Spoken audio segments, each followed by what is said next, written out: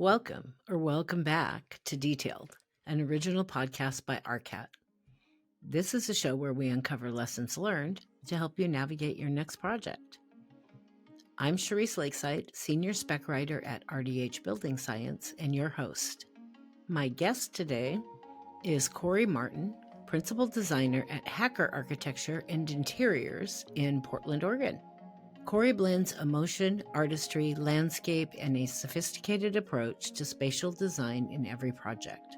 With a refined balance of artistic vision and practical functionality, he draws on experience as a sculptor, furniture maker, and developer to create spaces that are both inspiring and purposeful.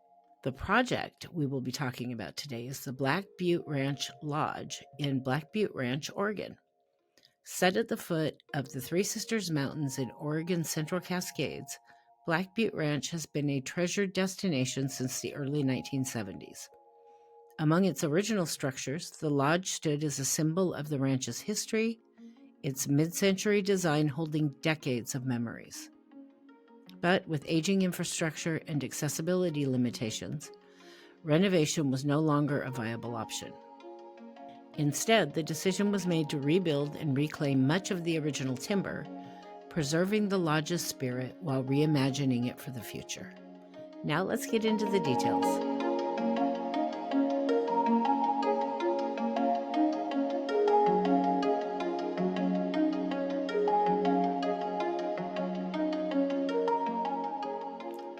Welcome back to Detailed.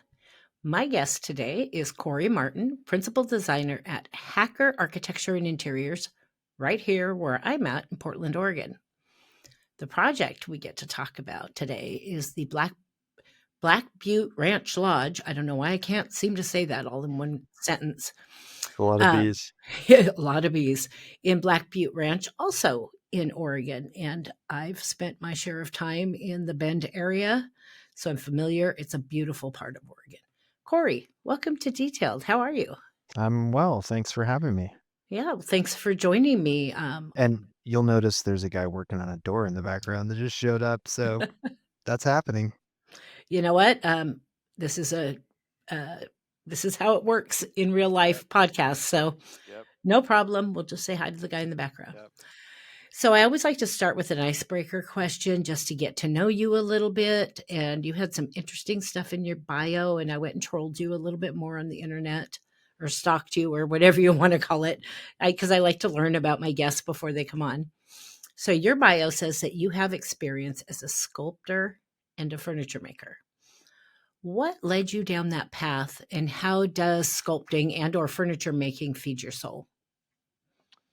Well, I have always done art my entire life. And really, for me, design and architecture are one. And design and art and sculpture and those things were really a gateway for me to architecture. So growing up, I was raised by a couple of designer makers. My mom was a jewelry designer, and my dad was a landscape architect. And my mom and my grandma had a jewelry store in Eugene and in Portland. And they did lost wax casting. So I grew up around that process. And I think it kind of, subconsciously kind of became important to me. I wasn't working in lost wax casting growing up. I would play with their stuff and work at their benches and kind of knew how it all worked. But um, at some point in my career, I think in college, I just decided that I really needed to be able to physically make the things that I was designing. And so I just started taking um, metal smithing and other classes at the University of Oregon while I was in architecture school. And then we took a fair amount of classes, not quite enough to get a minor in art, but took a fair amount. And then after graduating, something switched and I just kind of became obsessed with sculpture and making. And so I found a way to finagle and get my own shop space while I was working in my early architecture career. And I maintained a studio kind of the entire time. And I taught myself how to build furniture and how to weld, um, and got pretty good at it. And at some point, I think it was in 1999, I was still working at Allied Works, and which is amazing.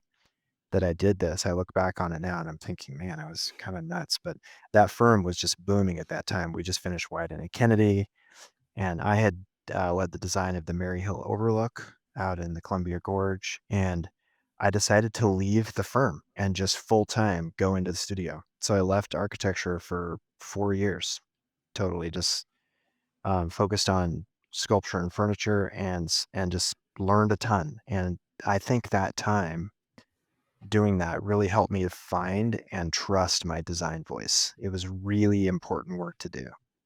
And that's almost my advice I always give everybody is the best thing you can do for architecture is to leave architecture if you can and just focus on the things that you care about most so that you feel confident in what you bring to the design process. So it's been important. And now I feel like um, I design buildings that are somewhere between art and architecture using a process that is kind of a hybrid.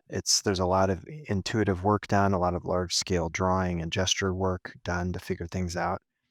And I've definitely influenced those around me to kind of integrate that into their process too. And it's just really important to me. It's funny that you say that because I couldn't agree with you more. And me being, I don't have an artistic bone in my body. I hate that because I want to have an artistic bone in my body, but I can't even draw a stick figure without screwing it up.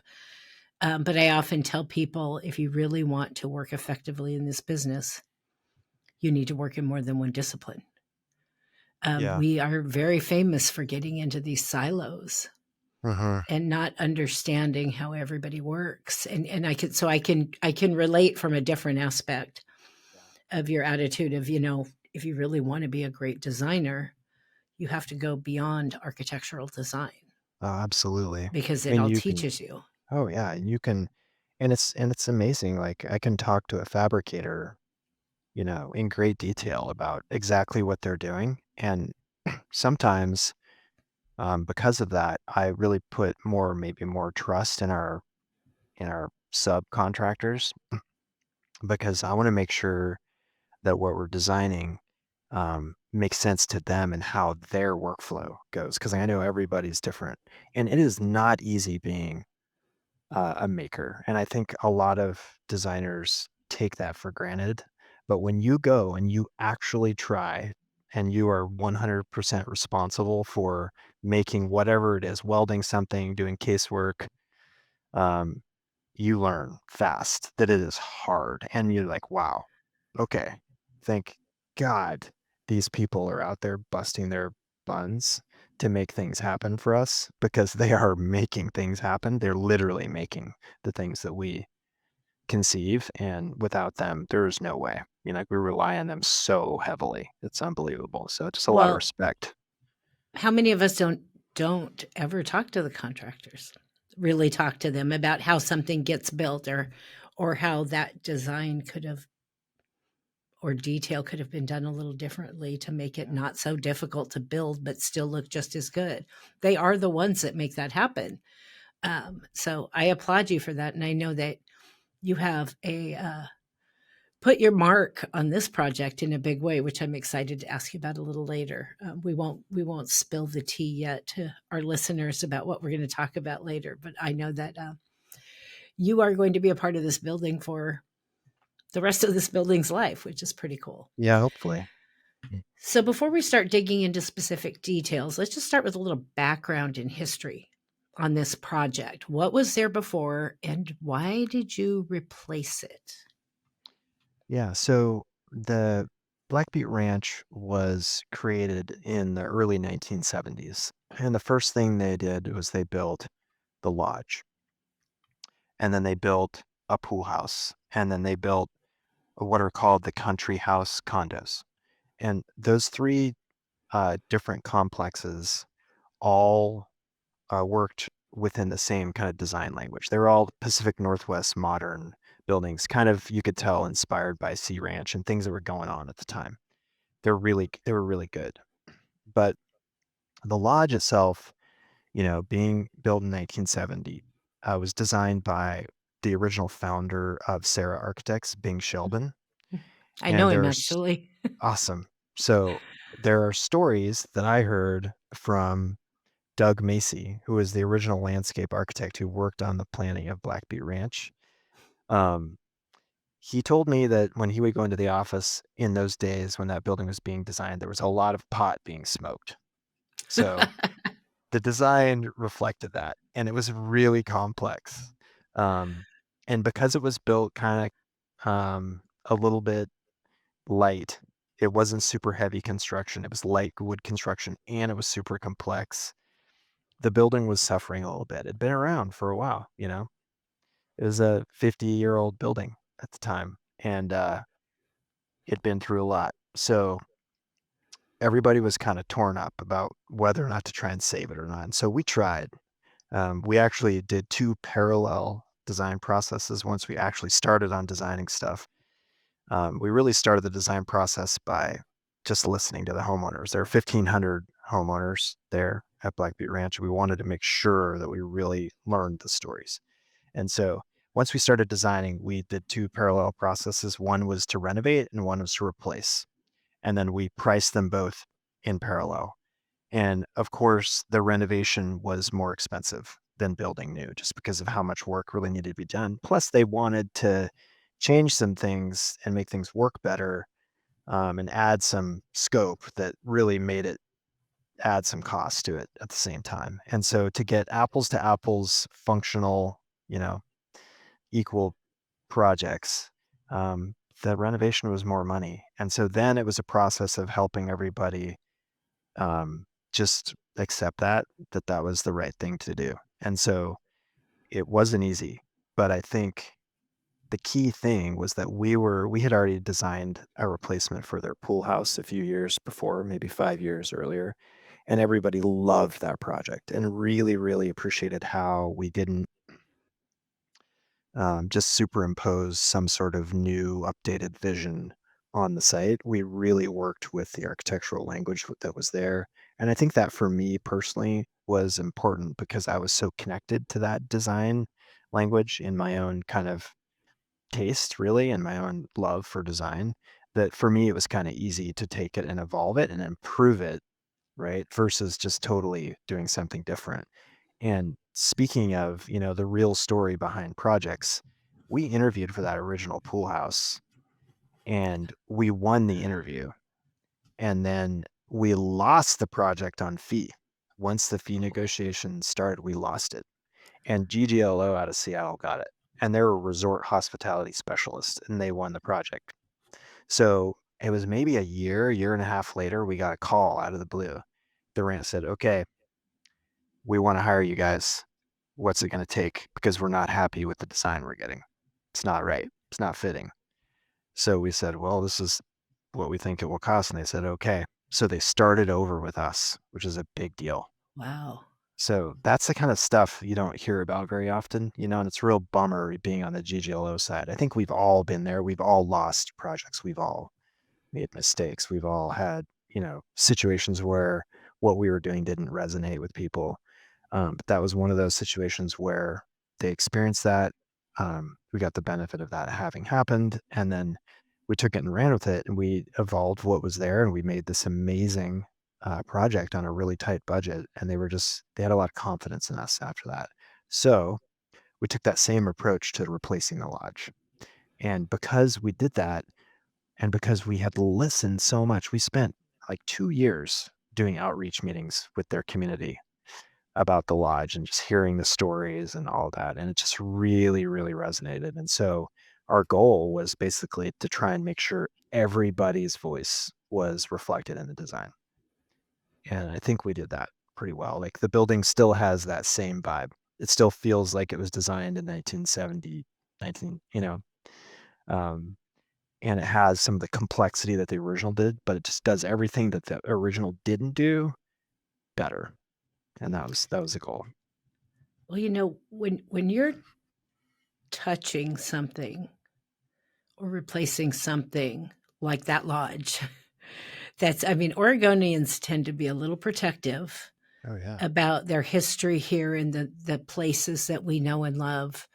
Um, there's no better way to let people have their voice to get to where you need to go. Because sometimes a lot of times people are fine if they don't get every little thing they want, but they want to know they were heard, Oh yeah. that they So important. participated in that conversation. And I think that alone could save so many headaches on so many projects if people did. I mean, you always have your meetings with the client, Yeah. but it's different when you get all the users involved, and not everybody always does that. And it has to To be authentic too. exactly. Like, I mean, I think that's the thing that our firm is known for really listening, and we're not trying to superimpose our will or our design kind of vision on people. That's just not what we're about.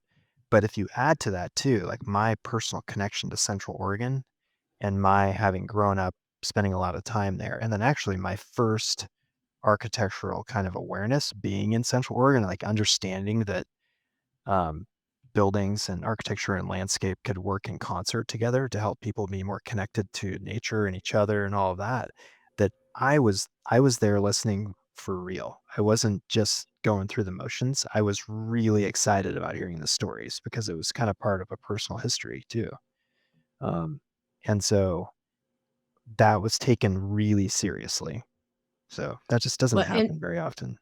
it doesn't. And I will tell you that everybody you dealt with felt that, whether they knew they did or not. Yeah. Authenticity is a game changer in anything you do. Yeah. Uh, I just, it's Yeah. for me, it's like an ethos. Oh yeah. Anybody who knows me knows what you see is what you get, but I mean what I say. Yeah. And, you know, I'm passionate about my work and pretty much anything I do in my life at this point. But that resonates. It resonates at a different level with the people around you, and it gets them excited and it gets them on board. And but you have to mean it.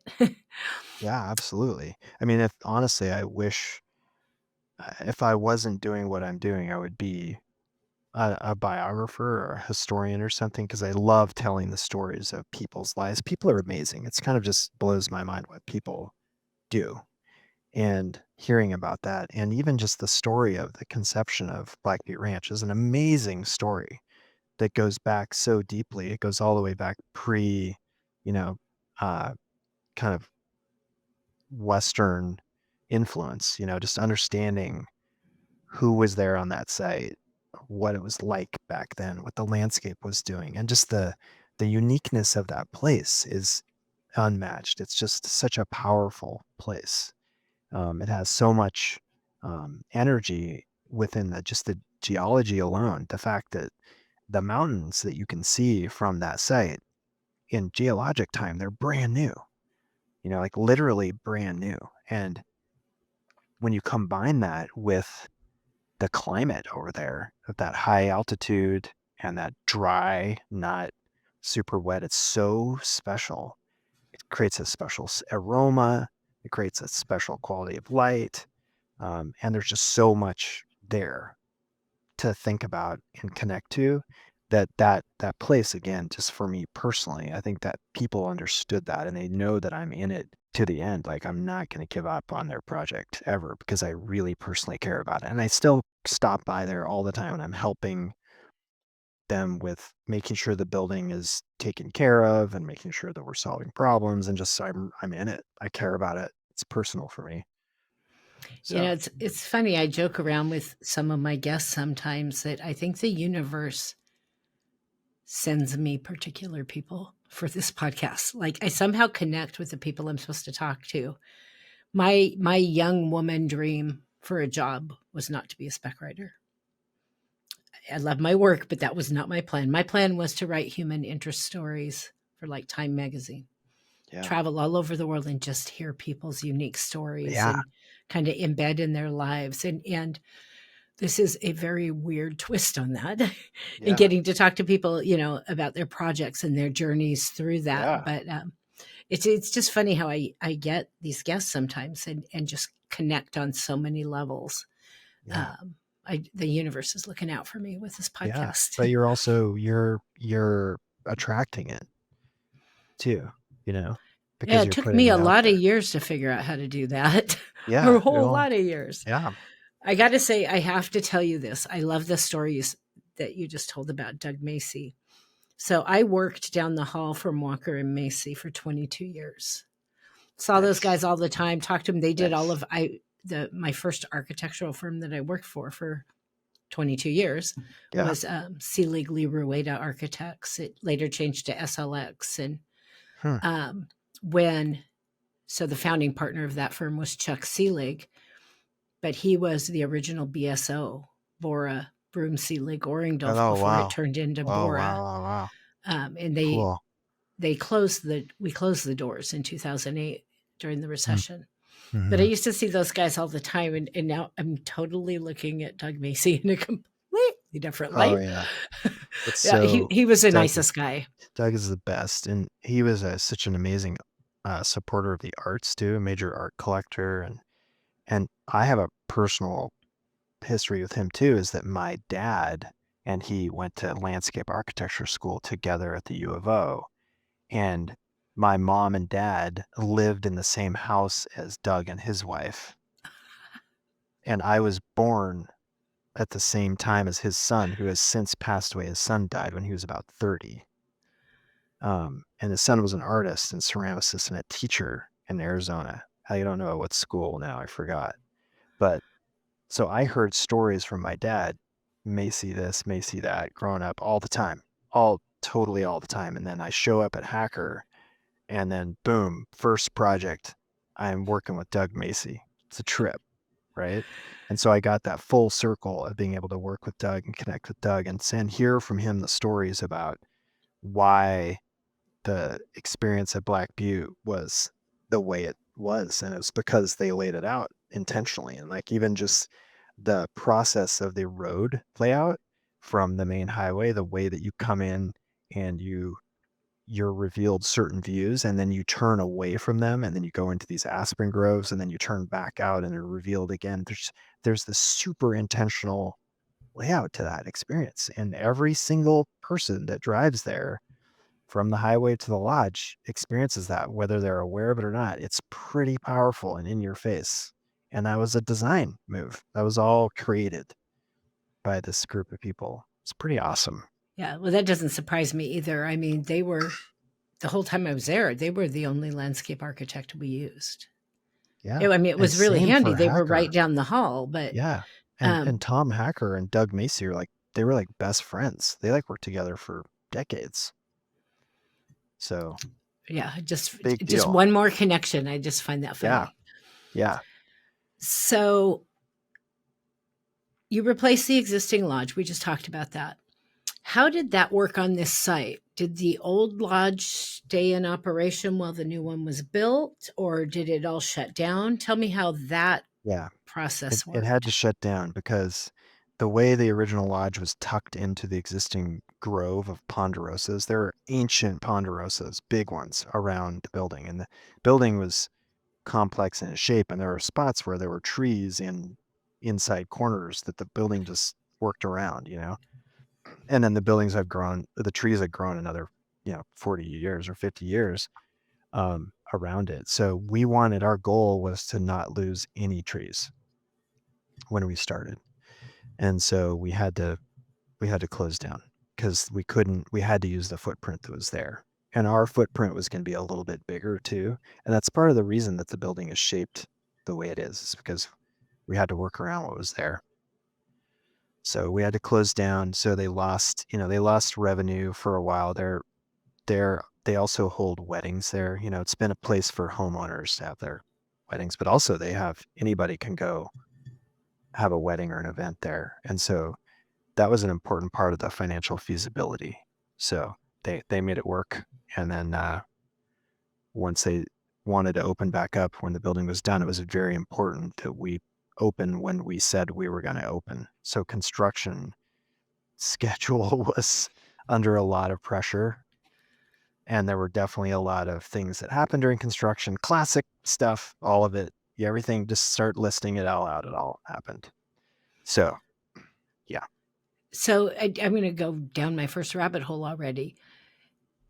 So having to use the existing footprint, how challenging was that to create this new building where you didn't get to really establish a different footprint if you Well, wanted we to, at least to a we certain degree. right. Well, we established a different footprint but it's in the rough area of the original building, but it's a pretty different footprint. But So our you did have footprint, some room to move then. yeah, we had a Yeah. little bit, but it was more about where we put openings, like make sure the thing really opened up to the landscape. The original building, it was really cool, right? It had some amazing details and amazing things about it. Had a tree in the middle, a ponderosa in the middle that held it up. The stair kind of spiraled around it, and the roof structure was supported by it, but it wasn't living. And they had literally, over the years, the bark started falling off, and they had literally like glued and duct taped Oh, no. the bark back onto the tree. And at times, I think because there was a crawl space and there was ways in, there was a squirrel living in there in the tree in the building because it I was a kind tree. And the I squirrel kind was of like, "This is a tree. I'm here." I So kind of like that. I think it's that's awesome, kind of, right? reminiscent maybe a little bit of Christmas Vacation, but Yeah. how cool would that be going up the stairs to your Yeah. whatever you're going to do and seeing a squirrel in the tree? Yeah, so those kinds of things were amazing about it, and we wanted to have that kind of feeling, but at the same time, the building kinda, in some ways, strangely turned its back on the view. There was a second story, um, bar. They call it the Aspen Lounge, and it had a few windows, but it was pretty big up there, and most of the space was back away from the windows, and you couldn't see out. It was very dark. It was just oddly disconnected from the site. It was very internalized. It was like really trying to make it a lodge, like a cozy tent, kind of den feeling, but not very connected to the landscape. And that's kind of my mission in life, is to try and find ways to connect to landscape. That's what I want to do. Every single project, no matter what it is, if it's an urban project or in some sensitive landscape like this, my first question is how can we connect to nature? And so this is no different. And so basically, like I was saying, we took that architectural language and we turned it inside out and just made sure that it connects to the view. I mean, the view there is, you literally can't find a better view anywhere on earth, pretty much. Well, it's definitely now on my list of somewhere I want to go check out and stay. Oh yeah, it's Because I incredible. don't, I as many times as I've been in that part of our state, I've never been there. Yeah. I mean, you're in for a treat. And the people who saw the potential in that site, they were smart and they preserved it and they designed the whole ranch to make sure that that never changes. So, So remind me after we're done recording to tell you about another interview I did that after what you just said you might be interested in hearing when it comes out. So we talked a little bit already about, a lot of people probably had a very deep emotional attachment to the old lodge. Um, and I know you've already mentioned it that you embarked on a year long, sounds like might have been even been longer than even that, more, yeah. outreach process to understand the community's vision and priorities. So you've touched on that, but tell me a little bit in a little bit more detail what that process looked like.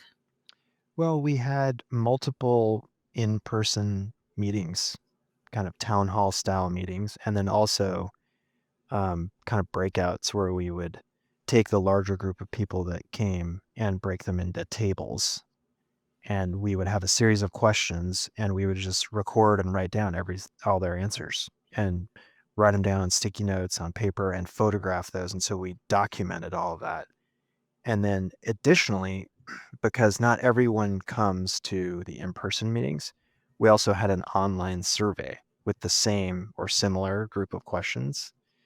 And then we took the data from the in-person meetings and the online survey and actually made a graphic presentation out of it to present to the community that really showed visually what the priorities were, because some people are visual, some people are, more data driven. And so we wanted to make sure that it was accessible to everybody.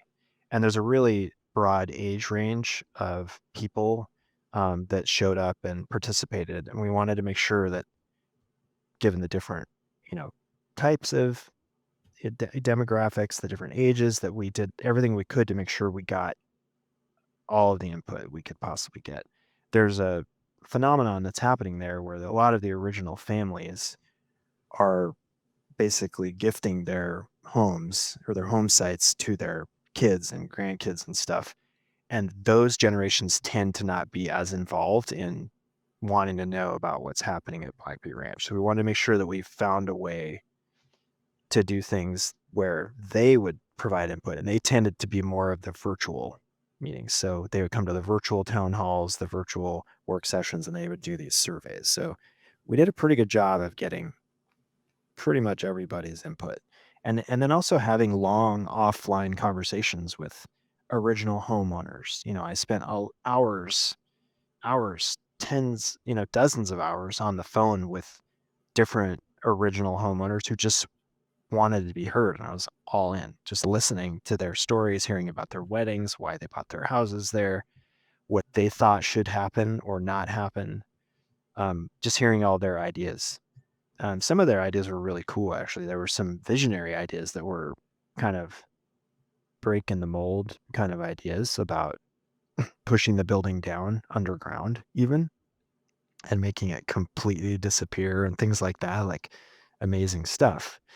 Um, and so through that process, and also honestly, the previous process where we had done a similar thing for the pool house and cafe, um, we got to know people. And in the first project, there were a lot of people that were resistant to change and who didn't really understand or relate to the design that we were proposing.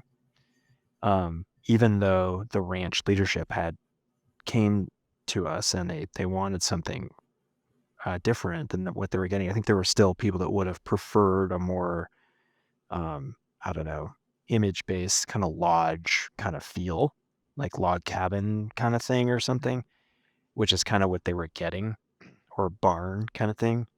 And so what we were doing is so different. It was this landform building. And we basically coined that term for our office at the time of designing what we call landform, which is basically something that's just trying to blend in with the topography or blend with the surrounding landscape. And a lot of those people were kind of scared of that. And then afterwards, we had many of them, once it was built, approach us and say, hey, now I get it. This is amazing. Like, thank you. I was against it, but now I appreciate it. So a lot of those people we forged relationships with, and they showed up to the new process for the lodge, and they were saying things like, hey, I was against it, but now I get it. And this building is amazing. Trust these guys. They're listening, So that made it really meaningful. And I think, people talk about change management all the time. It's kind of a lingo that's out in the world. And I think change management is really just listening. That's the key. You just got to listen. Like, people want to be heard, and they need to be heard because you're going to learn things, from them. And again, if Well, you're passionate about it, which I am, then it's authentic and then it's a win-win. So it's really fun and you get a lot out of it. well, in my experience, most people are a little resistant or fearful of change. Oh yeah. But I also find that it stems from not fully understanding what's going on. And once again, by including them and having those authentic conversations, and I'm sure the first process that maybe some people weren't all excited about, but then they got to know it and see it, and I'm sure that didn't help or didn't hurt your process this time. Oh yeah. Having that, that those kind of legacy people coming in and saying, okay, well, we weren't real excited, and then once it all came together, we see exactly why this was the best Yeah. thing to do. And Yeah. but it's usually people who are resistant. As a spec writer, I deal with people who are very comfortable Oh yeah. with the way they've done things, especially in this business, and But and there's then good reason too. There's good reason that they're, especially with specs and details, because durability and repeatability and, making sure that things are tested it's no joke. And when you're doing new things, you can get in trouble too. right. right? So Oh, it's, absolutely. I get it. Preventing risk is my middle name. Yeah, But I find that if you just sit it when you're saying we actually need to do this in a different way, um, just explaining yep, it is a game changer. That yeah, not just saying I'm going to change it, but here's why I'm going to change it, and right. here's why that's good for everybody. And I Um, think the challenge is that generally speaking, our um, our projects don't have the budget to support the amount of time it actually takes to do what we're talking about. Let's just be honest. yeah. That's the challenge. And so projects like this for us, they become a labor of love. At some point we're like, okay, we got to do this right, and we're just doing it right. It's not about making money, it's not about our firm, it's about doing something that's lasting and really good. And that's just, you have to commit to that sometimes. It's hard to do that, and not every project can. So that's where your expertise is important, right? That um, if you can't support, an unusual amount of outreach or an unusual amount of cycles and iterations on a design or something, you got to figure out a way to trust your gut, trust your experience, and be able to show that your experience can give your clients confidence in what you're doing, because that's just the bottom line. Like, it's expensive to do all this stuff. It takes tons of people, tons of time to do that. Um, and my personal time on this project, just all the listening I'm talking about all the time, is like just over the top. So, Right, but like you said, you can't do that. We all know that. You can't do that on every project. But if you can do it once in a while, yep, it's also something you can point to all your other clients of, yep, what, or maybe when you're trying to convince them that a little more of the outreach is a good idea than what they were right, planning to have, and this is where you can go. But I mean, this yeah, Black Butte Ranch is Black Butte Ranch. right. That's And one it's important. ginormous advertisement for your Yeah, and it's firm. really important, and it's important for our entire region. It's a symbol of that, but at the same time, it's different than a professional client, like a developer client. They know what they're doing. They know what they need. They know what they're pushing towards. Situations like this that are community-based projects, it's a different deal. It's like dealing with a project where you have 1,500 individual single-family residences that you're trying to design or something. Like, you've got to make sure that people are heard. It's personal. It's different. And libraries are that way. We do a lot of public libraries. It's especially that way, right? And that's kind of our mission with our work, is to take projects like that, public projects that have challenging budgets, whatever it is, and just find ways to make sure that in the end, the the users, the owners, whoever it is, are blown away that they got something way better than they ever thought they could get on their limited budget. And we just finished a project down in Salem for the city of Salem as their public works building, and I'm so proud of it. I didn't even work on it at all, but it's just like so awesome to elevate the everyday lives of those city staff that normally would be going into just some kind of nondescript space, and now they go into this amazing light-filled wood building. It's unbelievable. Well, and you can do that and not spend a bunch of extra money Yep, just and by that's what being that was. super thoughtful and good planning, and where can we make this amazing, and where are standard things fine, especially in public work. I've done a lot of public work in my career, and it was so often it ended up just being the square box, Yep. and when there was so much more you could do. Yeah. So I definitely applaud that. So Yeah. let's get more into detail in this building. So just let's start broadly and we'll start narrowing in, but verbally paint me a picture of what this site and what this lodge includes. So just broadly describe the site and the building and some of the spaces within it. Okay. So I think the important thing to understand the site is that you imagine arriving there by car, because that's pretty much how you're going to do it. You come from the east or you come from the west, and you're on this main highway that goes through the mountains in Central Oregon. And so I'm going to come from the west. You're coming down over a mountain pass, and you come down and you go down this kind of gradual topography, and then you're in this very thick ponderosa forest. And it's this beautiful straight long highway in this beautiful forest. And the bark is really red, and there's not a lot of undergrowth. And they're big trees, and they're just kind of openly spaced. And out to your left is this big, beautiful, perfect cinder cone shaped mountain, which is Black Butte. And right at Black Butte, you slow down and you turn right into Black Butte Ranch, and you go through a gap in the trees. Basically, you're just going into the trees, and you come through the trees, and then they open up, and all of a sudden you're in a meadow, and you see this view ahead of you of the South Sister, this big volcano, Broken Top, this craggly volcano left of that. You see the North Sister to the right, the middle kind of tucked in between the two, and then as you look to your right, you see another really sharp peak and a series of small kind of cinder cones that pop up, and the sharp peak is Mount Washington. It's just like a fang sticking up. It's just amazing. And so you turn right and you see that, and there's horses out in the meadow, and then you drive through this aspen grove, and then you can't see the view anymore, and you're kind of winding around, and then you come out of the aspens again and you have a different vantage point of the same incredible view. And then that road turns right and turns away from the view, and then you're looking at Black Butte again to your north. And then you turn left and you come around, you go back in the trees, and then you come out of a clearing again, and all of a sudden it opens up, and out in front of you is this lake with this framed view of the Three Sisters and Mount Washington. And on your right, just right of the lake, is this low landform building, because you're in this open meadow now of the original lakeside pool house that we designed. And you can't even see the lodge yet.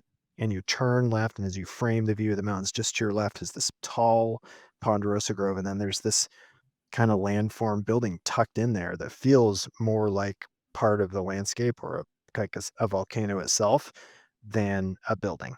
And so it's this long, broad roof that kind of flows down to the ground. And that's the lodge. It's very, very demure. It's very subordinate. It's very secondary to the landscape.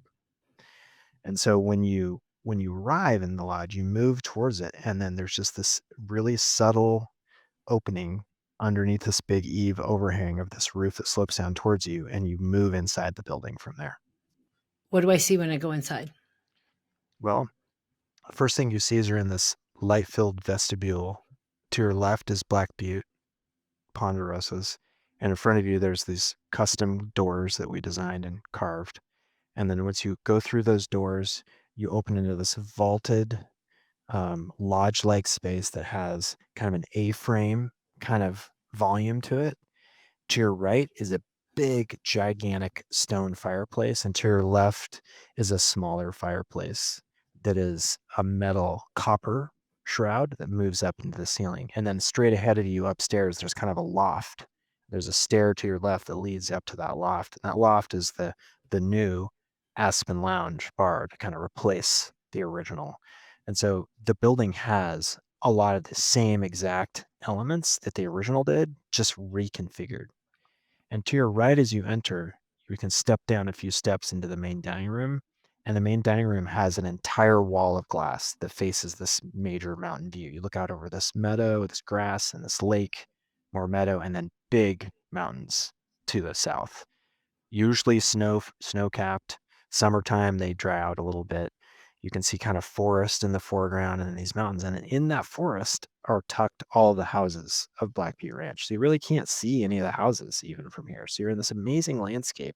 You're in a neighborhood, in a community, but you don't see the buildings, which is pretty unbelievable. That is now. So this lodge does not have guest rooms, correct? It is Doesn't. strictly restaurant, Yep. community Restaurant, space. bar, event space, wedding space, that kind of thing.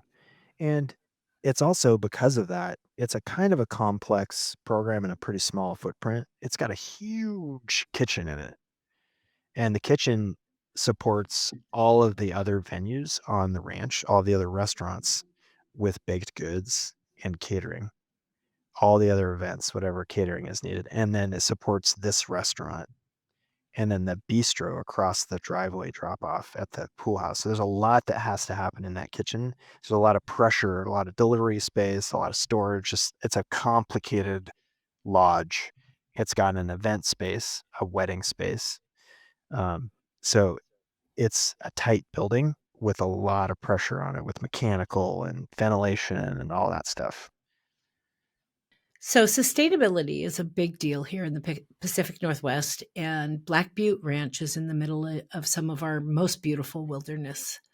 What sustainability initiatives did you have on this project? Yeah, so it's true, and it's so important to us here. And I think the overall ethos of the project was about sensitivity to landscape. So there's the design, everything about it, right? Um, and as I was talking about this, it's a really complex project with a lot of heavy duty mechanical needs, HVAC, pressure. And at the same time, you had to have the ability to run multiple events simultaneously. Big events with lots of people, indoor, outdoor, a lot of openings, a lot of glass, wanting to maintain the view, all this stuff. Just like so much pressure on it to work and function year round, hot weather, cold weather, people running in and out. We wanted it to be really permeable with the site, really open, all these things. Plus, it had a really tight budget. So it's like, how do you get all this done? So we had to be really, really strategic about what we did. So, first of all, it started with the shape and form of the building. So it's got deep overhangs. So it's shaded in the summer from high sun angle sun, and in the winter allows more of that sun in. So it's fundamentally doing the right things with how it's placed on the site and how it allows sun to come in or not, depending on the time of year. So it also, because of that, there's a lot of variation in thermal comfort, right? A lot of variation in glare, but people still want to see the view. They don't not want to see the view. The view is everything. So it's a really, really hard project to make sure that it's comfortable and energy efficient. So the other thing that we wanted to make sure that we did, and this was new for the ranch because they had never gone this way, didn't even know about it, is we wanted to push them to go all electric, which is a big deal, right? And we did that. And at the same time, as you know, heat pumps aren't the best. They're getting better, but they're not the best in cold, windy environments. They get overwhelmed. And then a lot of times they go to backup heat, electric resistance heat, which is not good. Super expensive. So we're just right at that point when the technology is good enough for this climate here that we're confident about going all electric, right? The other thing that we did is to try and ensure comfort and also energy efficiency is that we have a hybrid system of fan coils that distribute air, but we also have radiant heating in certain places strategically placed. So along all of the windows, along the restaurant side, upstairs and downstairs, there's a 10-foot band of radiant heating, which is kind of unusual, right? To get that control right where you need it and that comfort right where you need it and that consistent heat right there. But as you know, when you have a lot of openings and you have a lot of variability in daylight, radiant can't really respond to changes in temperature that well. So we have a hybrid system. So we're using radiant in a way that we think we worked with PAE on this in a way that's the most economical and effective for what we needed to do. But at the same time, we had the backup of forced air to really deal with changes and maintaining temperature throughout days that here in this climate uh, change temperature drastically. Like in the summertime, spring and fall too, like you can have days where it's like below freezing in the morning and then 80 or 90 degrees in the afternoon. Like, how do you even deal with that? With radiant, you really can't. So we have a hybrid system. So that's one of the things. That's a big deal for a project like this. And considering the amount of air volume, and then also considering that we have this massive kitchen space buried in the middle of the building at the back that has a ton of fresh air requirements, a ton of ventilation requirements, and it's connected to the dining room. And you've got to make sure that your ventilation is working well. And that's been honestly one of the challenges uh, post occupancy is making sure that the ventilation in the kitchen is working perfectly all the time. We had a fan break. We had a fan blade fracture, break, implode. And because of that, we saw what happens when your hoods are not working full power. Not good. The whole Not building smells good. like the salmon being made Yeah, for dinner that it was night. not Yeah. good.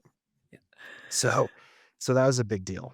Um, the other thing that we have here is a pretty sophisticated LED lighting system on sensors, lots of different zones and scenes and modes for different qualities of daylight and different times of year, and it changes throughout the year. It's pre-programmed. So we're trying to do everything we can to save energy there.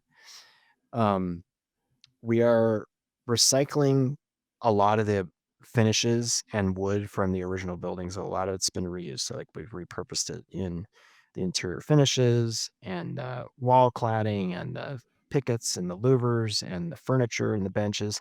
And then unfortunately, we had to lose one tree, not by choice. We fought tooth and nail to not lose a tree. We designed the whole building around this tree.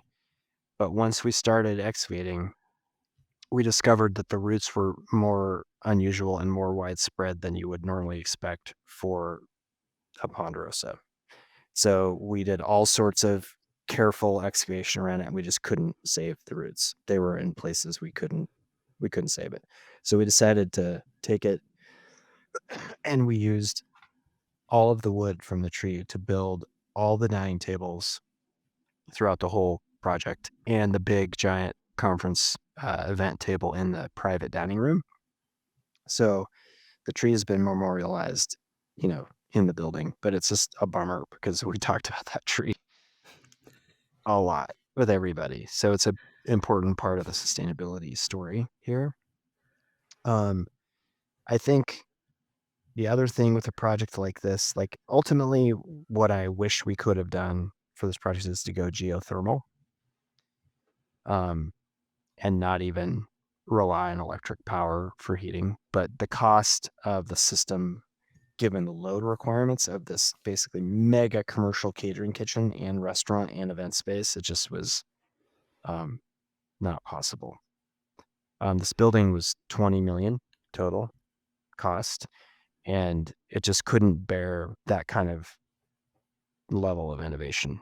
We've done a ton of geothermal small projects. I've done like 5 or 6 of them myself over the years, and I'm a big believer in that, especially as we're switching to electric, 100% electric. Um, the complex itself is also very sustainable. It's not just about this building, it's about all the buildings on the site. So the pool house has solar hot water, which provides um, all of the heat for the pool, which is pretty incredible, right? And it's net zero ready. So that building has room and capacity and surface area to, if they want to eventually go net zero electric on that building.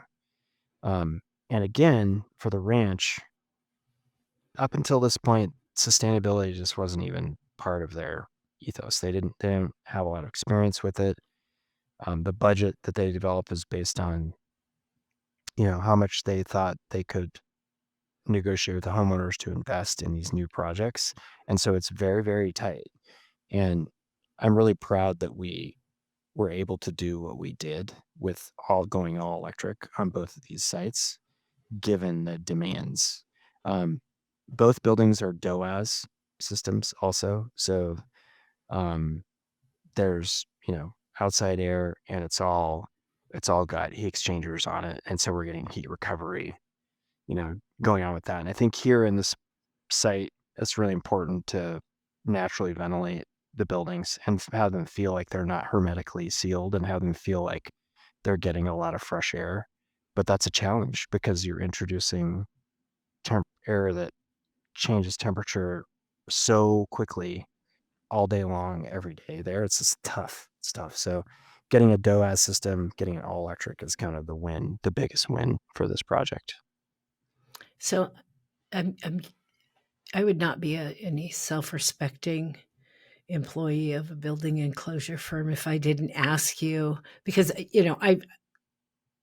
I was just in Bend recently. In that part of the world, it is extreme differences in temperature. Yeah. between summer and winter, but even like you said, from morning to afternoon, you could wake up and need a coat Yeah. in the morning, and it Yep. could be over 100 degrees in the afternoon. Yep. What did you do with you know, the enclosure of your building? Did you do anything special there to kind of help, Yeah. keep So, that well, energy and the heat in? And it's got a pretty high performing envelope.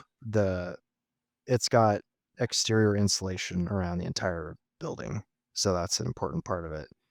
But honestly, the window system is a big liability. And I would have liked to have gone triple glazed on that, but it just didn't pencil. It just didn't pencil. Just to be honest, like the amount of glazing that we've got on this thing is just extensive. And so what we did is we tried to shade it as best we can during the times when it's going to get hit. And so the building has been pretty relatively low operating cost, which has turned out it's working pretty well. So the envelope is working, and maybe the triple glaze, um, that's just my gut.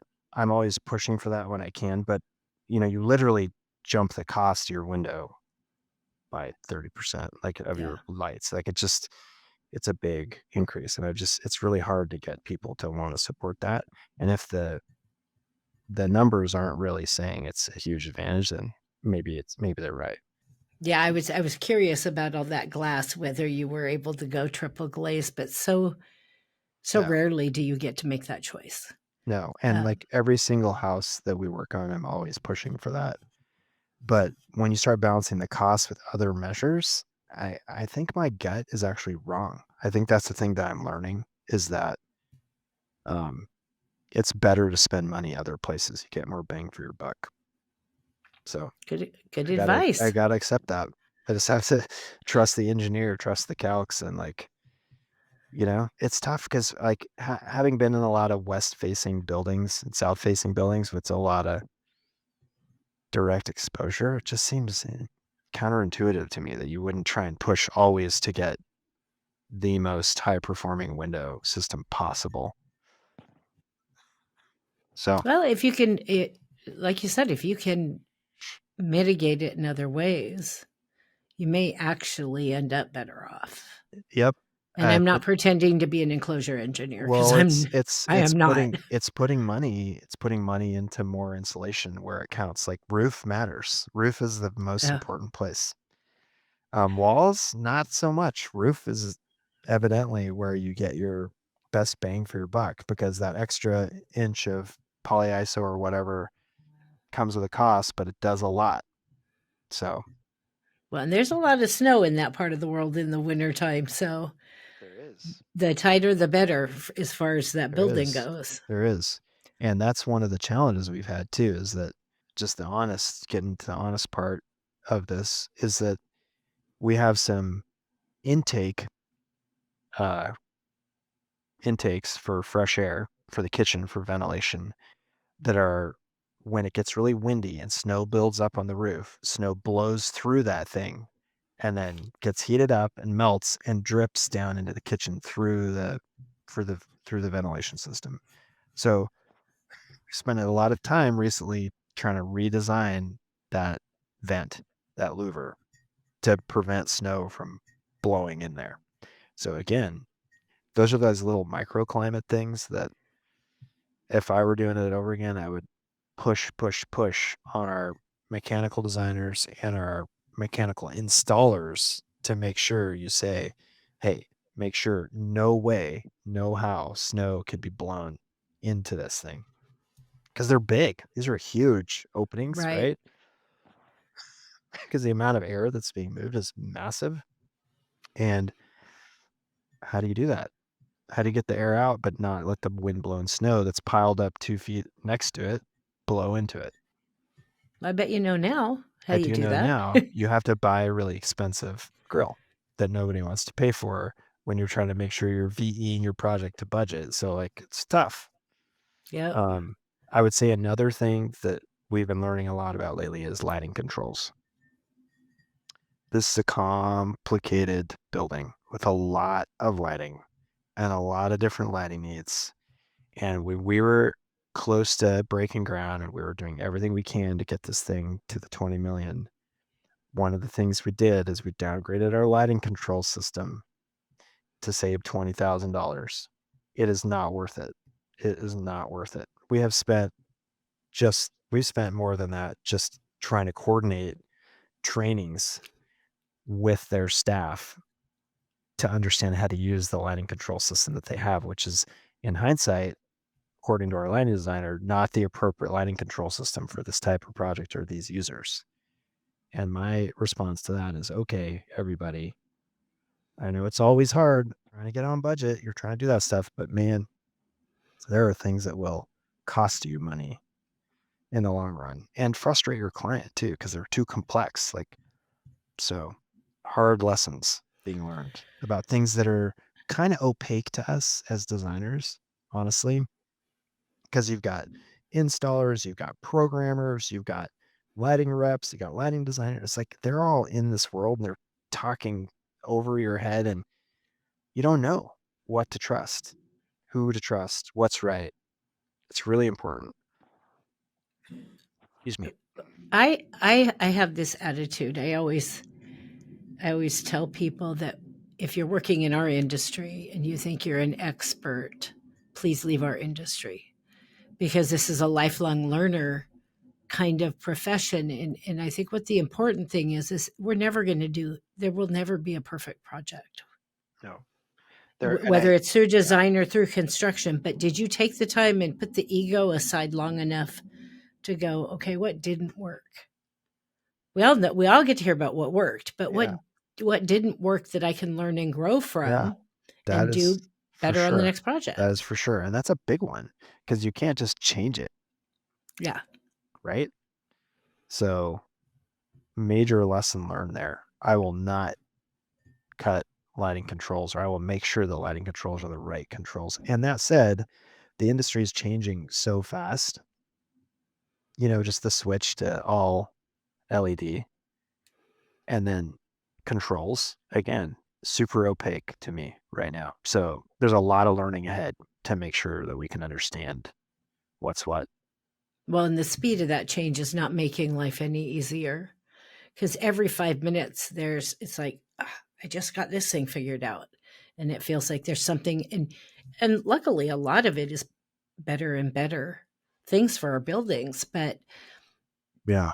I don't think people realize, like, if you ask my kids, what does your mom do for a living? They say, oh, she writes some instruction manual on how to build the building, Yeah. which technically is true. But I don't think most of the general public people out there who don't work in our industry understand the massive amount of information Yeah. that we have to process to get a Right. building put Yeah. together from multiple different arenas. Yeah. They see the Brady Bunch architect or whatever Yeah. movie they saw recently, Yeah. and and just don't get the massive amount of minute, technical, complicated pieces of information we have to Yeah. mine through and choose Yeah. for our buildings. And when you're leading the design of something like this, where you're really pushing on what's possible and you're pushing the budget, let's just be honest, you're pushing Oh on yeah. it. And the whole team is coming to you and saying, okay, we got to do XYZ, and you got to trust your consultants. But in this specific instance, there's so much difference of opinion between installers and suppliers and lighting designers, and what works well and what doesn't, that can be very frustrating. I can only imagine, but I guarantee you there's going to be a whole lot of listeners of this podcast that are going to be paying real close attention to their lighting Yeah, systems when they're working on a really, project now after really this episode. think about the end user, think about your staff who are going to be there and dealing with the lighting system, from programming to just adjusting levels. And in a building like this with so much going on, it's got to be really basic. And they don't need to take a training and become an expert in that system to be able to adjust stuff. It doesn't make any sense. I've been waiting for this question because I want to know more about it. So we're going to move inside the building and get into a little bit more of the aesthetics inside the building. And I want to start with those main entry doors, which I understand were designed and fabricated by you. That's right. So tell me, that's not something most architects get to do. I mean, Yeah, you are it's personally a not really part of this smart. building. It's not really smart either. I didn't ask Um, if it was smart. Tell yeah. me what that's all about. So when we originally were designing the building, we talked about the front doors being, lodge doors. There was a lot of conversations about Timberline Lodge and what the meaning of a lodge is, and what the meaning of a lodge is for here for Black Butte Ranch. And one of the ideas was the stone fireplace, main centerpiece. The other one was these doors. And as it was starting to look like it was going to happen, I said, okay, I'd be interested in designing them. And then as the project moved forward and there were budget pressures and the budget got dwindled down, it became apparent that there was not a lot of money left for the custom doors. So designing them, fine, you can design them all day long, but building them, these doors are going to be at least 200 grand or whatever. And so we had far, far less. And I said, okay, fine. I said, I will do it for cost. Like if you can get the wood and we can glue up the wood and we can pay some people to help me do some CNCing and fabrication, I'll do it. And they were like, you sure? I'm like, no, but yeah. So I spent an entire winter, the winter of 22 to 23, every single evening after work and every weekend day for like 4 months building the doors. So yeah. So that happens. I'm looking at the picture of the doors. They're beautiful. Thank you. Um, yeah, I don't know how smart that was either, but what a thing to be proud of. If you take a friend or somebody to go see this lodge and to be able to say, I did that. Yeah, That it's has to feel awesome. pretty good. Yeah, and I also, I mean, it's part of my dream, is to work in sculpture and to carve wood, and it was the best thing. It was so fulfilling to be able to touch the forms and feel them and sand them and carve them, and like it's just my favorite thing ever. And it's really personal and really important to me. And I also got to work with my friend. I have a friend who had just started his own wood shop, and he happened to have a CNC mill. And so he did all of the milling, the rough carving. So I designed the doors by hand drawing them, and then I 3D modeled them, and then we CNC'd them on this mill my friend has, and then I hand finished and chiseled and tweaked them to get them to the final. So I love that idea of using technology to save time because I used to carve everything by hand and grinders and all that. And so it saves a ton of time and you can realize a lot of precision with that. It's actually the second set of doors that I've done this way. I did another set much bigger, actually 20 feet tall, two 20-foot tall, 10-foot wide doors at the Unitarian Church in Bend, plus another panel and a door. But that was also CNC'd by a different company. Um, and I think the lesson there too is that CNCing is great, but you still got to understand your material because the wood that we use for these things is fairly soft, and CNCing can result in some checking and some things. And so the first set of doors that we did for the Unitarian Church had a bunch of tear out, and the guy who was doing the milling was mortified. He was like, "It's ruined. The project's not going to work." And I came in and I was like, "Okay, this is not great," but we figured out a way to do more hand carving on them to make the problem become a gift, and it was great. Um, these doors at Black Butte, similar things. We had some moments where we had some blowout and some things happen where we had to, improvise. But in the end, it turned out great. And the doors tell a story. They tell a story of the formation of that landscape, the creation of the landscape. So the entry side, as you come in from outside, has this motif that's inspired by the movement of the lava from below the ground and up through the forms of the mountains and then erupting out. And then the inside of the doors tells the story kind of the occupation of that area. It shows Black Butte and kind of an abstracted Ponderosa motif, and then a form like the lodge that feels kind of archetypal. It feels like dwelling. It feels like a temporary shelter. It feels like a lodge. It's kind of all of the above. And so that's what it is. I'm looking at. I also have some pictures of you actually working on the Yep. doors Yep. because I don't know that I have a picture of the. Oh no, there it is. Okay, there's the inside finish. Wow, Yeah. that's pretty unique. Sounds like you don't have a life when you're doing one of these, No, but you don't. But also, I think a lot of um, gratitude for the confidence in the main client liaison, this guy Mark Pilkington, he led the design team on the lodge side for them for years. And while I was designing them, of course, doing it in my spare time, I was definitely behind, and I was giving him very limited input on what was happening. And so he was having to trust me a lot in the end. I think he's really happy with them, but thank you, Mark, for that. for not strangling you. Yeah. Yeah. Um, so let's talk about the interior aesthetic a little bit. So, what is just, we talked about some of the big stuff, the big fireplace and the doors.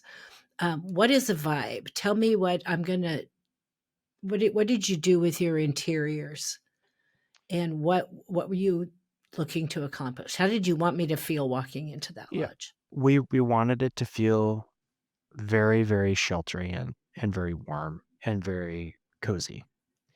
And at the same time, we wanted it to feel really connected to the landscape. So it's kind of hard to do both well, right? And so we actually had a pretty big team working on this. We had a person named Jenny Fowler, who was the lead interior designer here at Hacker, who I've worked with for years. And then another person, Scott Manhard, our project architect, and the three of us, and then another guy, John Dowlett, all worked on it together. And we were trying to find a way to make it feel like it was connected to that place. So the details of things like the fireplace and the forms of the booths are all inspired by the geologic processes that you can see nearby. So the fireplace is not just a normal stacked course of rock, but it's actually got angles in it and compositions that are fracture like that feel like there's energy and movement in them that's unique. They're inspired in part by places out in Central Oregon where you can see these chunks of basalt that are kind of angular and kind of coming out of the ground and feeling like that. And then the booths, there's a phenomenon that happens along the rivers in Central Oregon a lot where rocks get stuck, the smaller boulders get stuck in the rock that the river is flowing over in the basalt lava, right? And it forms what I call basins, and there may be another name for them, but they're these almost perfectly round cylinders that are carved into the rock, and there'll be these places along the chutes where there'll be series of them, and they look like air bubbles. When I first encountered them, I thought they were air bubbles from lava, but they're not. They're actually carved by rocks in lava over time, and they're just beautiful, and they're so iconic, and they're so sensuous. And so the forms, there's some curved forms in the booths and then the doorways within the lodge, and like at the bar, the frame of the kind of lid around the bar, that opening, that are all inspired by the form and material of those basins. And so it's there's little things like that, and then big things like this fireplace. Um, the wood itself, like I was saying, um, was much of it salvaged from that tree, but a lot of it salvaged from the building, the original lodge. There's a lot of Doug fir in there that came from the lodge, and we have all these pickets and screens. And so I would say that the lodge is Pacific Northwest modern inspired. It's also very Japanese. It's very inspired by the idea of beauty coming with age and materials that as they age, that in Japan is so revered, right? And that this building is designed to do the same. So it feels very new and fresh, and it feels like it's been carved out by time. It feels like it's on the outside. It's a holistic material palette concept. The outside is this charred Shusugiban siding, right? And then the inside is this fresh cut uh, dug fir. So it feels like you're inside of a log or a tree that has been carved out. The material is designed to patina and weather and feel better with age. And then the materials themselves literally come from the site, and the forms are inspired by the site. So it's kind of all melded into one overall story. I love that other smaller fire pit in it. It looks like it just in like the lobby kind of sitting area. Yeah. That is that. I'm not an architect. The big wood thing that comes up and kind of flares out at the Yeah, top. it's a So I'm like, copper. It's the copper. It's oh, is copper. that copper? It Yeah, looks it's like a copper wood in shroud. these pictures. Yeah, and that was And I a was like, great how are they doing example. fire up in Yeah, wood? That makes right. sense now. Right. So that's a great example of a material that has history at the ranch with the metalsmithing and then the regional kind of love for that material. And like lots of listening about that is what inspired that fireside lounge shroud. And that fireside lounge, that area in and of itself wasn't even in the original program list of spaces that people wanted. And that's a great example of the design process unfolding and realizing opportunities for spaces that you didn't even think you needed, right?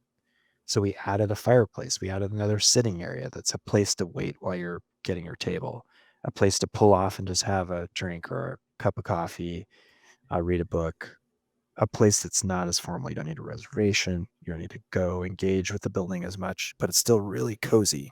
And at the same time, connected to the landscape just outside. There's lots of continuity with the landscape out the big windows right there near the entry. Well, one of the things I love about that is, in my experience in lodges, um, that have the big stately fireplace, that statement fireplace, it's often the most crowded spot in the lodge. Yeah. So good luck getting a seat by the fireplace. And there's only so much room in front of it, no matter how Exactly. big it is. But by having other little spots where you can still Yeah. sit by the fire Yeah. and be cozy. Yep. And then that big fireplace has another fire upstairs in the Aspen Lounge, in that So same I mass. just I just saw that, and I was going to Yeah. ask you, like, because it at least appears, but I don't know how exactly that would work, but it appears to be an extension of the one on the main floor. Yep. Is it? I mean, it's not literally because I they're mean, gas right. fireplace inserts, Oh, but okay. yes, it's in the same piece. And that fireplace is structural. It's a big concrete fireplace structure that the whole building kind of sits on, and it's a lateral resisting element. It's like a shaft. It's like a big, rigid concrete column in the middle of the whole space. So it's an important structural element too. And the cladding on the stone cladding there it's went through a lot of iterations, a lot of exploration in the team. And in the end, we decided to go a little bit more towards the traditional with the stone cladding. But the process of getting that coursing right was a real process of hand drawing and then marking it on site with spray painting the lines on site and then working with the mason to build prototypes, and just so lucky to have those kinds of processes and relationships with people that are willing to go for it. And like they literally tried it and tore it down because it wasn't feeling right, and we tried it again, and it was a process. It was like team effort. I do. I really love the way the fireplace just has a life of its own going up through the building all the way out. Because now I'm looking at the outside and where the fireplace comes Yep. out at the Yep. top. Yep. Because I saw that on the second floor, and I'm like, wait, how big is this fireplace? It's I didn't huge. realize It's it was on huge. the second And at floor. night, it's so great at night from the lake. And you look through there and you see the fire flickering, and it's a real anchor to the space. It's super important. So there's a lot of different public spaces in this lodge. Restaurants, lounges, private event area, kitchen, catering services. Tell me about one or two of your favorite spots. Like if you were going to go hang out here, where do you want to hang out? Um, Or what are you most proud of in the design? Either well, way. I think I mean, I think both. I think my favorite unexpected spot is actually the private dining area on the second floor. You're up in the trees and the scale of the room is really nice and the view is incredible and it's got a deck and the palette of the materials are so great. Our team did such a great job. The wood table is made out of the tree that was right outside the window that you would have seen if we would have been able to save it. And then there's a piece of art in that room. It's a weaving that was part of the original Lodge art collection that just, and it's kind of an abstracted Mount Washington, but very abstract. And I love it. And it fits so perfectly with the palette of everything in that room. It just all resonates. I love that space. Um, my favorite thing overall about the design is that it's designed of the place. It's inspired by the geology. It's truly custom for the site. All the things we've been talking about. It's a landform building, but it's also an A-frame. It's also a lodge. It's also a mountain. Like it's all of these things. It can be seen as all of them, every single idea. And the fact that it gives such importance to the original design aesthetic and design language of the original building, and at the same time, the experience of it is of the landscape there is better because of it. I'm so proud of that. So that's Well, what it does for me. you talking earlier about really wanting to in that part of our state, design things that are of Central Oregon, of Yeah, Bend, of this is an outstanding example of what I expect to see when I go there, yeah, of the kinds of spaces that I want to see when I come to Central Oregon, because it is of the place. And yeah. Central Oregon is a very special area. And Yes. and there's just surrounded by so much beauty that I think that you do the area a disservice Yeah, if you absolutely. go try to throw something in there that doesn't blend, or some big modern. Yeah, I hate when I go yeah, places like that and see some yeah, glass building or something that is, yeah. They're imported. There could be anywhere. And that's the thing that yeah. we got to figure out. And we know we have real constraints. We can't just live in fantasy land, but like, how do we make buildings for Central Oregon that feel like they belong to our community, that feel like they will last and they're not too expensive. They meet all the constraints. How do we do that? And so we've done a few examples of that. Um, and we've done it on a range of budgets. So we're all trying, and we got to do it.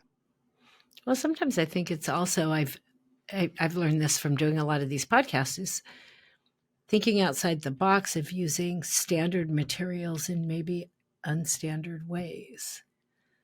Yeah. I had one architect I interviewed, and they were also makers. It was a Hmm. design build firm, Yeah. and they did this crazy cool restaurant renovation, turned it into kind of a Mad Men 50s era cocktail bar. And they 3D printed these shapes on the wall that when you saw them on the wall, I asked him, "So tell me about the leather on the wall." And he said, "That's not leather."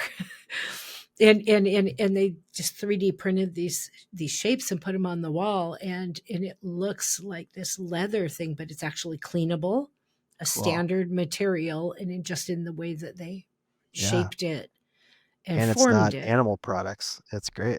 Yeah. Exactly. But I Yep. was like, I'm sitting there thinking, I we worked on schools for years, and I'm thinking, restaurant, bar, aren't you kind of maybe not very smart putting any kind of material Yeah. on Totally. the walls? Oh, And absolutely. it wasn't, but you would know that by looking at it. It's just taking a standard material and doing something different with it to make it work for what you need. Yeah. So I love stories like that. Yeah. What would you say? I love the not the what went wrong problems, but what was really challenging. What would you say the most challenging problem to solve, specifically to design, not construction yet? The most challenging thing you had to overcome in the design for this project, and what did you do to make it work? Well, I mean, honestly, the complexity of the form. I mean, it's not. there's not a right angle, hardly, in this building. And the coordination that required um, was epic. The window system, the Sierra Pacific wood curtain wall system coming up and then meeting not just an angled roof, but a sloping angled roof, compound cuts, allowing for deflection there, coordinating that with their team, shop drawing review required to do that. Just a total team effort. I think that's the biggest challenge of this thing. And it really required the long-standing relationship that we have with Kirby Nagelhout, general contractors, because they built the Unitarian Church for us. They built the Lakeside project for us. Um, they built a couple houses for us. They built the general store at Butte Ranch. So we've worked with them a lot, and we have almost a kind of mind meld situation with them where we can make things happen on tight budgets that you wouldn't normally be able to make happen. And this project was that to a T. Plus, it was built during the pandemic when costs were going unexpectedly through the roof. So, because I've always loved when architects talk to their contractors. It sounds like the contractor was on board earlier in this project. It wasn't Yeah, a the traditional design CMGC. bid build. Yeah. So you could get that input during design. Yeah. And even then, because of the pandemic, the price went up 30% from whatever phase to whatever phase, some DD to CDs. And that was not good. And they didn't see it coming. And they normally wouldn't. That would never happen with CanCC. And I felt really bad for them. I felt bad for everybody because we all had to like really work hard to get it back on track. So we actually had to reduce the size of the building, reduce some of the scope, some of the VE I was talking about earlier, and then we actually had to go out to the homeowners for another vote for an increased budget, and they approved As it. you're telling them you're reducing the size of the building, Yes. the Yeah. pandemic was Terrible. not kind to anybody. No, it was brutal. But I mean, I kind of barely remember it now, but I could dwell and really dig into all the problems if I had to, but it was a lot. I can imagine. Thank Well, you, KNCC, for all that. it's gorgeous. So, regardless of the hardships, the love, care, and feeding shows in this building. Yeah, for sure. So, some of my favorite challenge questions are about construction. Nobody ever Yeah. wants to talk about construction. But I think that, like I said, we're constantly growing in this business. We don't do everything perfectly right. And usually things, even if it was done right, but like the example you gave on the cladding, started putting it up and went, oh, no, that's not going to work. Sometimes you don't know till you start building it. Yep. And things come up and you have to pivot. Tell me about one challenge that you faced during construction and how you and the contractor work together to Got a great one. turn it around. Oh, good. I love it. So, and it's a coordination problem that we owned part of. So the fireplace we were talking about with the copper shroud that's Mm-hmm. shaped kind of like this hourglass shape, but it's not symmetrical. That was originally intended to be just a cone that went up. But during construction, we discovered the primary structural beam, glulam beam, right at the top of that was right in the middle of the cone. So major. And so we had to innovate. And so what we decided, we looked at a lot of options, structural options, all sorts of things. And what we ended up doing is going through a series of iterations on how we could shape the cone to make it more interesting, but also move the exhaust around the beam. And so that shape that you see is a result of that. And thank you to the client for being open to it. And in the end, we all like it better. It has a kind of Brancusi-like feeling about it.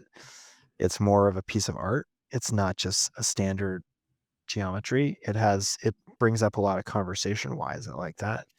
What is that shape? What is that form? So it goes up and then it flares out again, but it goes up and it's kind of turns and flares over to one side to allow that duct to jog. Well, So that is that story is a perfect example of taking a problem and turning it into a gift, because I will tell you, totally. I didn't see the design before when it was just a cone, but Yeah. I can envision it and I can tell you this is way better. Yeah, it's way better. The original was kind of maybe a little bit trite, maybe a little bit too like 1970s, right? This is now transcended that to be Well, something more. It's like a piece of art kind of. So, it is, because it jumped off the page at me. When yeah, I got to that picture, I'm like, whoa, I thought it was wood also from the picture I was looking at, but I right. was immediately interested. And Yeah, I don't know that I would have had that same reaction to exactly. a standard cone. And So when you're moving this around it on the stairs, you get to wind up, so you get to see it fully in the round. It's a sculpture, which for me is even better. yeah, a great way to turn lemons into lemonade. Totally. Um, so personally, you as an architect, what is your biggest personal lesson learned from this project that will make you an even better architect on the next project? I think the challenges with the controls and mechanical system and the integration of those has been the biggest challenge for me personally that I think has given me new just awareness of the importance of not accepting what people are proposing at face value. Dig into it more, make sure that it's right. Really, really look out for your clients in that way because they've got to deal with it for decades. Right. Well, I imagine there are a host of different questions you would ask right out of the gate after this project that Hmm. you might not have known to ask early Exactly. on for that project. I think those are, unfortunately, sometimes things result not exactly what you wanted, but those are the things that really define our growth Yeah. in this industry is working your way through that problem the first time Yeah. and figuring it out. Yeah. I think another big one is that this is a rule that I've learned after several projects designing commercial kitchens. Every time you design a kitchen, it's like a chef designing their personal vision for their house. It is the chef's personal vision for how they want it to work, and it will not work for the next person. They will not like it. I guarantee you. So what is the answer? You tell me, because I don't know the Don't answer. don't let The one chef. person design the kitchen. Good point. Make it a team effort. Get more of their staff involved. Make sure you have a kitchen consultant that is good, but even the kitchen consultants design their personal way of doing things. That said, in this project, it was designed by one person, and that person is now no longer with the organization, and the new team is dealing with it. And every team has a litany of issues with it. So, In my experience, I don't working in enclosures now. I don't have to deal with kitchens anymore. yeah, But you are so spot on there. yeah, You really need to bring in like a crew of like 10 crew, chefs in crew, from big institutional yeah, things to small little restaurants, and then like kind of like the survey you did with the community. yeah, What are all your visions? yeah. Get all their visions and then And I crunch that think data. you would think that your kitchen designer consultant would be that person, right? But I think the thing I would say to everybody is if and when your designer is proposing a layout for the line, the basic formation of the line, push on them to ask them this question. How is the next person going to respond to this? What is specific about this that is unusual or maybe someone else may not like, may not prefer? And is there any possible way we could make this more flexible, more generic, more universal, if at all possible. Well, that's So, absolutely excellent advice. And I think that just like there are many architecture firms that specialize, the first firm I worked for 22 years did schools, nothing else. mhm. Um, that you also really look at your consultants for the building you're doing, Yep. you know, and look for consultants that have maybe, this is got to have this big kitchen, all these big events. Look for that consultant that has done a lot of big commercial kitchens Yep. in a lot of iterations, where because Yep. consultants will specialize in project types too, especially those smaller consultants, the landscape consultants or kitchen consultants or acoustical consultants. And I uh, also bring your consultants lesson learned, bring them the case study of a project to your first meetings and say, hey, we did this and this happened here because of these reasons. What do you think about that? How can we avoid that? How can we improve on that? Great advice. Before we get to our two closing questions, this is your chance to talk up your firm a little bit. What is Hacker working on now that I can look forward to hearing about in the future? Oh man, so much. We are designing a Scandinavian style spa hotel in Bend, which is unbelievable. And it's being developed by a group of young developers out of Seattle and Portland called Solterra that have now become hospitality developers kind of by default. They just finished their first Scandinavian style spa hotel in Portland on Northeast Alberta Street. Check it out. It's called Cascada. We are designing the next one and hopefully more beyond that. But this next one is going to be in Bend, and it's very similar to the one in Portland, but even more intense. So it's got restaurants, plural. It's got hotel. It's got integrated parking. It's got an incredible array of spa amenities that include an entire cold cycle and on multiple levels, plus a rooftop uh, series of hotel rooms and a glass enclosed conservatory and a yoga dome. And it's unbelievable. You know that the very first thing I'm going to do when we get off this call is go. I'm like, on Yeah. on on Alberta. Where is this? Yeah. I did not know Go. this. Just go, Cherise. Just go.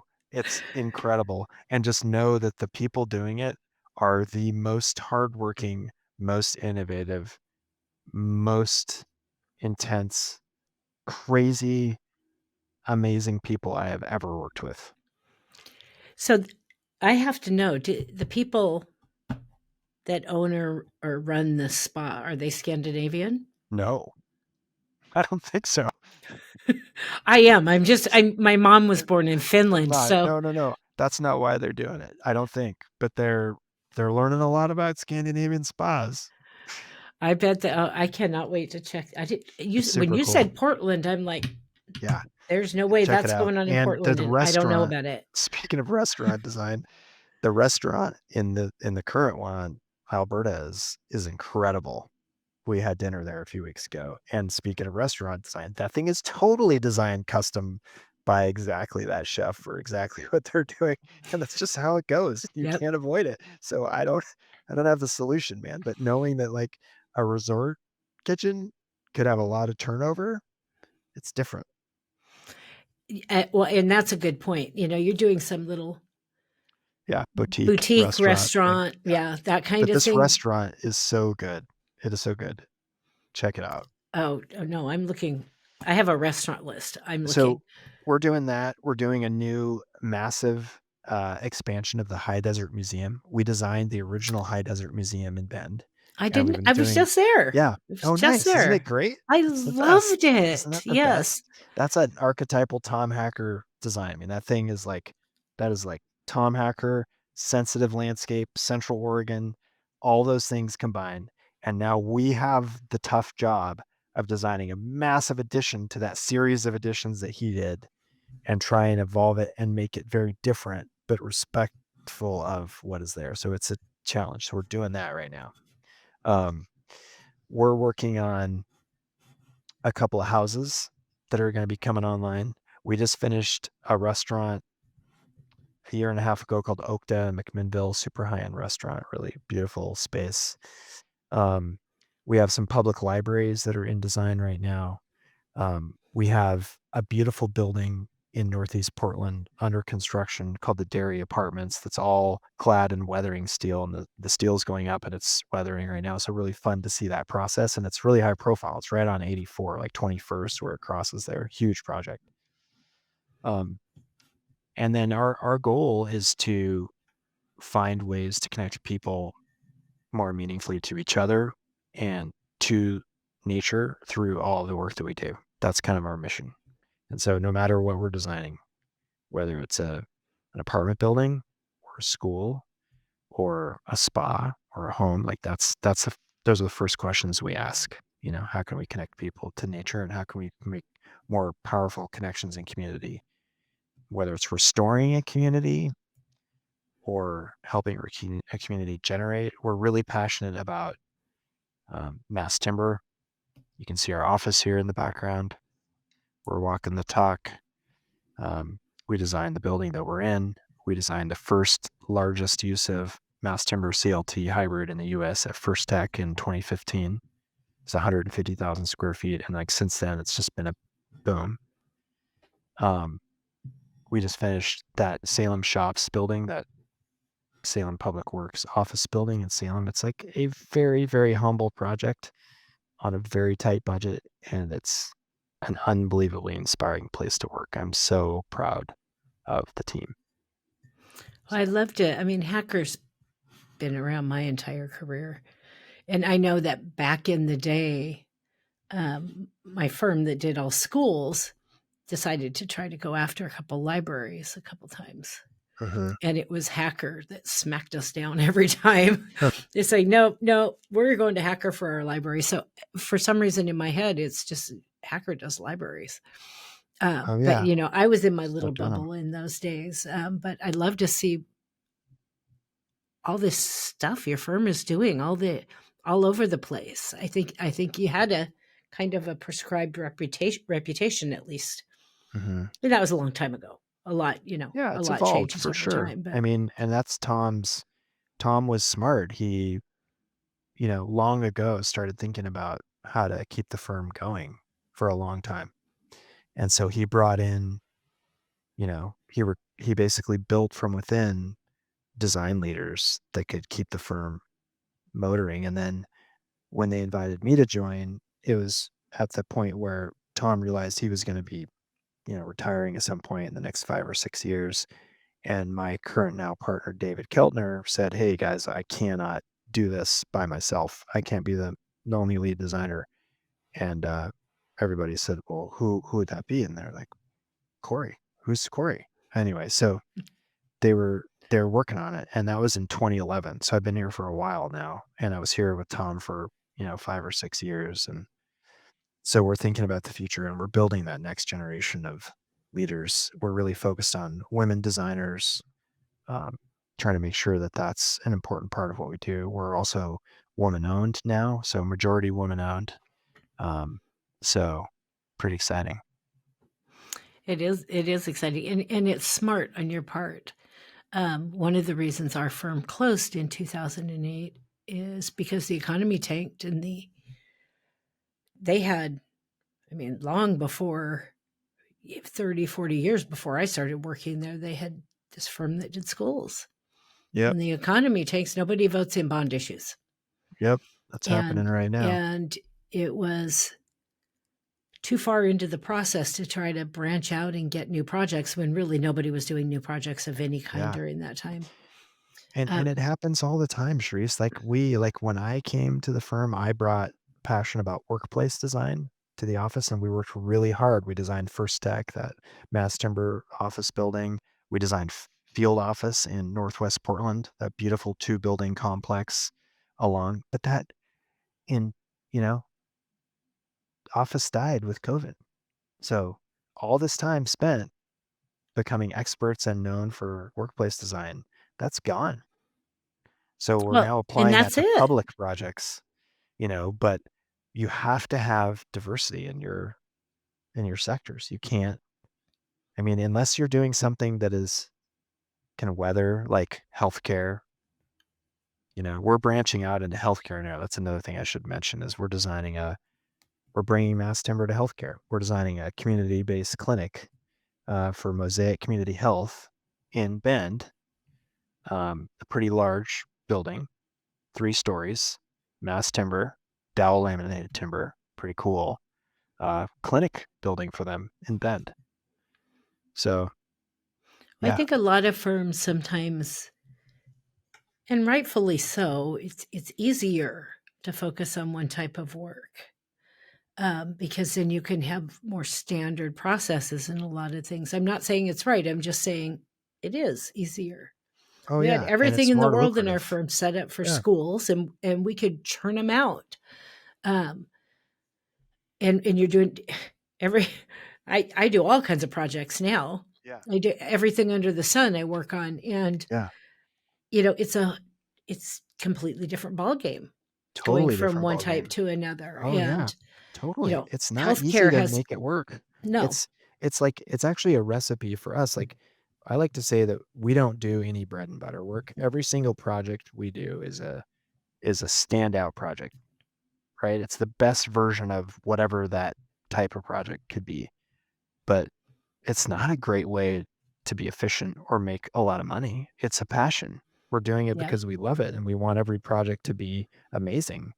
And nobody wants to work on mindless stuff and repeat things over and over again, or, we don't want to do that. So, but it's not Well, easy. It's you're hard. not going to have a legacy firm that lasts. I think of all the big firms in town. When I first started, I was 20 years old when I started working at my first architecture firm. It was a Yeah. baby, and all the big notable firms in town, and most of them are gone. Scary. Swallowed into some bigger entity that bought them out. But Yeah. you want to last, you can't. You can't do that. Only that bread and butter work. Maybe you can't do bread and butter work and have a select number of these stand out or something, but you have to, if you don't have diversity, you will not survive. Well, it's really great to see all the new firms that have popped up, over the years in Portland. Some as a result of downturns, some as a result of influx of talent. Uh, it's awesome, and it's made it really competitive. I like to say that like winning an AIA award in Portland is like winning an AIA national award because the level is so high. It's insane. Um, and there are firms like some of these old, long-standing large firms like CGF that have reinvented themselves over and over and over again, who are doing amazing work, doing some of the best, most innovative work in the world. We should be really proud of that. So it's just an No, awesome environment.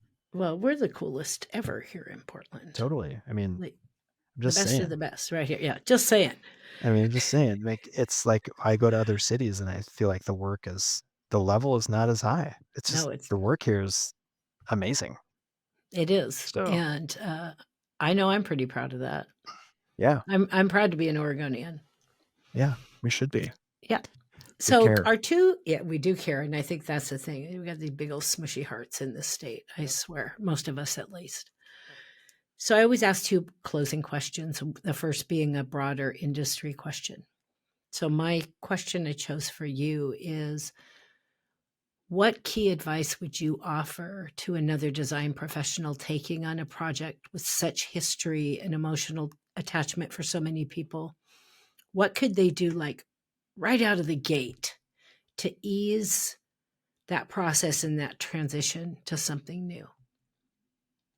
Well, I think they've got to listen, authentically listen. But it's not just about listening, it's about finding the right people to listen to.